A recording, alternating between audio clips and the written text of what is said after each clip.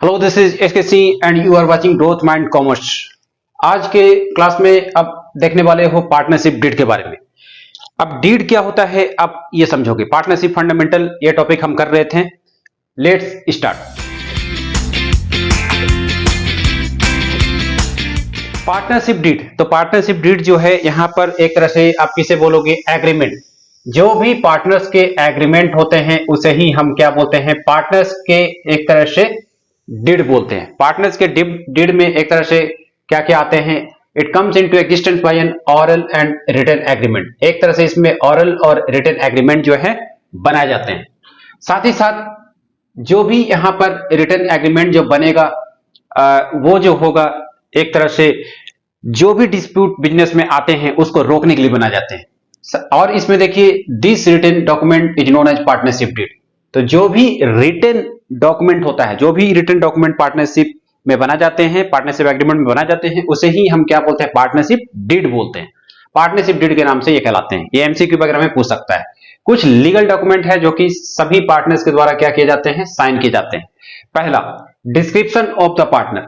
Description of the partner कहने का मतलब इसमें क्या क्या आ जाएंगे, पार्टनर्स के नेम, पार्टनर्स का जो पूरा डिटेल होता है वो आ जाएगा, और एड्रेस ऑफ द पार्टनर आ जाता है। ठीक है, ये सारी चीज जो होते हैं रिटन डॉक्यूमेंट्स में ये दिखाए जाते हैं। सेकंड चीज इसमें क्या आ जाएंगे, description of the firm. Firm का यहां पर नेम आ जाएगा, फर्म का नेम, फर्म का एड्रेस जो है ये भी दर्शाया जाता है। तीसरी बात, प्रिंसिपल प्लेस ऑफ बिजनेस। तो address of the place of the business, जो भी बिजनेस जिस प्लेस पे है उसे भी यहां मेंशन किया जाना होता है। फोर्थ में मैंने लिखा nature of the business, business किस टाइप का है वो भी उस रिटन डॉक्यूमेंट में लिखा जाता है। फिर कमेंसमेंट ऑफ पार्टनरशिप, पार्टनरशिप की जब शुरुआत होती है उसका एक तरह से डेट क्या था वो भी उस डीड में क्या होगा, मेंशन होगा। नेक्स्ट मैंने बताया है कैपिटल कंट्रीब्यूशन। तो जो भी पार्टनर्स होते हैं वो स्टार्टिंग बिजनेस में जो कैपिटल लगाते हैं तो वो भी मेंशन होगा। जैसे सपोज कीजिए यहां पर ए पार्टनर्स, बी पार्टनर्स और सी पार्टनर्स। ए पार्टनर्स ने लगाया 1 लाख, बी पार्टनर्स ने लगाया 2 लाख और सी पार्टनर्स ने यहां पर लगाया 3 लाख। तो सभी पार्टनर्स ने मिलकर के क्या किया, इन्वेस्ट किया, है ना। तो सारे के कैपिटल जो होंगे ये रिकॉर्ड होंगे। कैपिटल चाहे फिक्स्ड हो या फ्लक्चुएटिंग हो, कैपिटल चाहे फिक्स्ड हो या फिर फ्लक्चुएटिंग हो। फिक्स्ड कैपिटल मतलब एक ही कैपिटल, वो कभी बदलेगा नहीं, लेकिन फ्लक्चुएटिंग कैपिटल एक तरह से बदलते हैं साल बाय साल। फिर आपके दिए गए हैं जैसे कि इंटरेस्ट ऑन ड्रॉइंग और इंटरेस्ट ऑन कैपिटल। तो जो भी कैपिटल पार्टनर्स ने लगाया उसका इंटरेस्ट भी आएगा, इंटरेस्ट भी आएगा कैपिटल पर, और इंटरेस्ट ऑन ड्रॉइंग भी यहां पर आते हैं। प्रॉफिट शेयरिंग रेशियो मतलब जो भी प्रॉफिट आएगा फाइनली मैनेजर के कमीशन देने के बाद, सैलरी देने के बाद और इंटरेस्ट ऑन कैपिटल वगैरह देने के बाद जो भी लास्ट में प्रॉफिट बचता है उसे प्रॉफिट शेयरिंग रेशियो में बांट दिया जाता है। इंटरेस्ट ऑन लोन, तो rate of interest on loan by partner to firm. तो पार्टनर जो है फर्म को एक तरह से लोन देगा, अगर पार्टनर ने फर्म से लोन लिया है तो। अब वो कितना देगा वो उस डीड में मेंशन होगा, ये आपको समझना है। Remuneration to partners, amount of salary, commission if agreed to be paid. अगर किसी पार्टनर्स को सैलरी, कमीशन अगर दिया जाना है तो ये भी डीड में मेंशन होगा, क्योंकि पार्टनर्स को भी यहां पर सैलरी और कमीशन दिया जाता है, ये आपको ध्यान रखना है। Rights and duties of partner, तो राइट्स एंड ड्यूटी जो पार्टनर हो तो किस पार्टनर्स को क्या क्या राइट्स है और उसे क्या ड्यूटीज करना है वो भी इस डीड में मेंशन होगा। तो ये सारे चीज जो डॉक्यूमेंट में मेंशन होते हैं इससे क्या होंगे, डिस्प्यूट नहीं होंगे और पार्टनरशिप जो होगा बरकरार रहेगा और आगे जो ये बिजनेस होते हैं वो कंटिन्यू होते हैं। तो ये थी पार्टनरशिप डीड के बारे में। अब आगे भी हम आइए कुछ जान लेते हैं। अब देखो यहां पर मैं बताने वाला हूं कि in the absence of partnership deed, जब पार्टनरशिप डीड नहीं होगा तो फिर क्या होगा।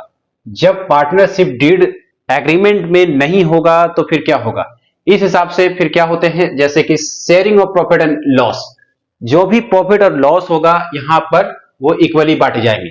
हमेशा ध्यान रखना है, जब पार्टनरशिप डीड मेंशन नहीं होगा उस एग्रीमेंट में तो प्रॉफिट एंड लॉस जो होंगे हमेशा इक्वली बांटे जाएंगे। सेकंड बात मैंने बताया है कि interest on capital not paid, मतलब जब डीड ही नहीं है, जब एग्रीमेंट ही नहीं है तो वहां पर जो है इंटरेस्ट ऑन कैपिटल जो है पेड नहीं होंगे। इंटरेस्ट ऑन ड्रॉइंग की अगर हम बात करें तो ये भी चार्ज नहीं होंगे। जब पार्टनरशिप डीड नहीं बने हैं तो यहां पर इंटरेस्ट ऑन ड्रॉइंग जो है चार्ज नहीं होंगे। चौथी बात मैंने बताई है कि interest on advance loan by partner, तो interest on advance loan by partner में मैंने लिखा है interest on loan by partner is paid 6% per annum. ये बात आपको याद रखनी है। ये कंपनीज एक्ट के द्वारा जो है यहाँ पर 6% पर annum ये रूल बना दिया गया है। मतलब ये हुआ कि अगर पार्टनर्स ने फर्म को लोन दिया है और पार्टनरशिप डीड यानी पार्टनरशिप का एग्रीमेंट जो है रिटनली बना ही नहीं है, तो उस हिसाब से फिर भी जो है एक्ट के हिसाब से, रूल के हिसाब से जो है 6% पर annum पार्टनर्स को लोन मिलेगा। ये आपको ध्यान रखना है। रेम्यूनरेशन टू पार्टनर, रेम्यूनरेशन कहने का मतलब होता है इसमें सैलरी और कमीशन, ठीक है। तो ये जो होते हैं ये पे नहीं होते। सैलरी कमीशन जो होते हैं पार्टनर्स को नहीं पे होंगे। अगर डीड नहीं बना है तो सैलरी कमीशन पार्टनर को नहीं मिलेगा, मतलब एग्रीमेंट नहीं है तो। नेक्स्ट हो गया admission to partner. Admission to partner में new partners can not be admitted unless all the partner agree to it. नया पार्टनर्स जो है यहां पर नहीं लाया जा सकता, नहीं ला जा सकता unless all the partner agree to it, जब तक सभी पार्टनर सहमत ना हो जाए। तो ये आपको ध्यान रखना है। अब आपको यहां पर एक विशेष बात ध्यान रखनी है कि accounting treatment of interest on loan. तो इंटरेस्ट ऑन लोन का यहां पर जनरल एंट्री आपको समझना है कि जो भी पार्टनर्स को यहां पर पार्टनर ने फर्म को जो भी लोन दिया है उसके हिसाब से उसे 6% पर annum मिलेगा, पर शर्त यह है कि पार्टनरशिप डीड एब्सेंस होना चाहिए।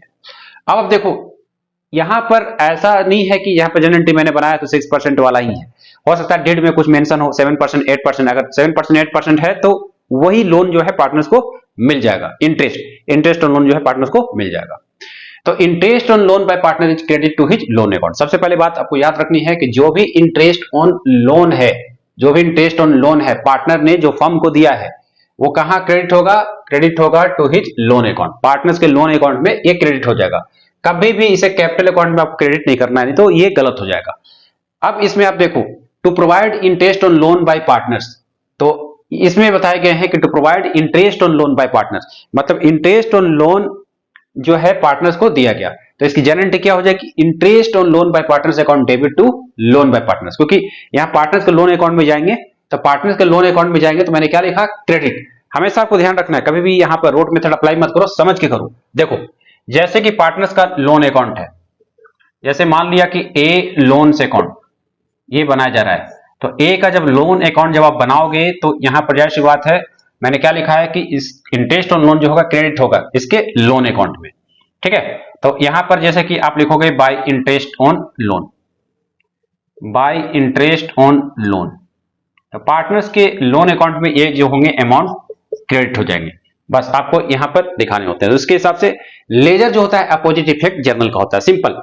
ये वाला चीज मैंने क्या बोला, ये ध्यान से अगर आप देखोगे तो लोन बाय पार्टनर्स अकाउंट ये क्रेडिट में है, तो कुछ नहीं करना है, ये बस आपको रिवर्स कर देना है, ये बस आपको रिवर्स कर देना है, तो आप बस इधर लिखोगे। उसी तरह से अब ये एंट्री जो है to close interest on loan by partner, ये क्लोजिंग एंट्री है। तो क्लोजिंग एंट्री में हमेशा याद रखना है ये पी एंड एल में चला जाता है, पी एंड एल में चला जाता है। तो interest on loan by partners मतलब यहां पर ये हुआ कि पी एंड एल में ये डेबिट चढ़ जाएगा। जैसे कि आप पी एंड एल अकाउंट आप बनाते हो तो यहां पर आपको ध्यान रखने हैं विशेष बात कि प्रॉफिट एंड लॉस अकाउंट में, ये प्रॉफिट एंड लॉस अकाउंट कहां है? डेबिट में, तो आपको डेबिट में लिखना है। जैसे इंटरेस्ट ऑन लोन, तो इधर आप टू लिखते हो, to interest on loan, to interest on loan by partners, by partners, ये डेबिट साइड आ जाएगा। क्यों? क्योंकि प्रॉफिट एंड लॉस अकाउंट जो है ये डेबिट साइड है, तो आपको यहां पर डेबिट साइड ही लिखना है, ये ध्यान रखना। क्योंकि हमेशा याद रखना लेजर जो होता है जर्नल का जस्ट अपोजिट होता है, ये आपको विशेष ध्यान रखना है। तो आज की क्लास में इतना ही, फिर नेक्स्ट हम profit and loss account, profit and loss appropriation account, ये सब हम समझने वाले हैं। उसमें अंतर क्या होता है सभी चीजों को समझेंगे, उसके जर्नल को समझेंगे, और फिर हम आएंगे क्वेश्चन पर। क्योंकि जब आप क्वेश्चन फाइनली जब करोगे इसमें काफी सारे रूल्स होते हैं जो आपको पढ़ने होते हैं, फिर हम सारे एक्सरसाइज के क्वेश्चंस करेंगे, तब जाकर के आपका एक कंप्लीट ये चैप्टर माना जाएगा। तो आज के लिए इतना ही, थैंक यू।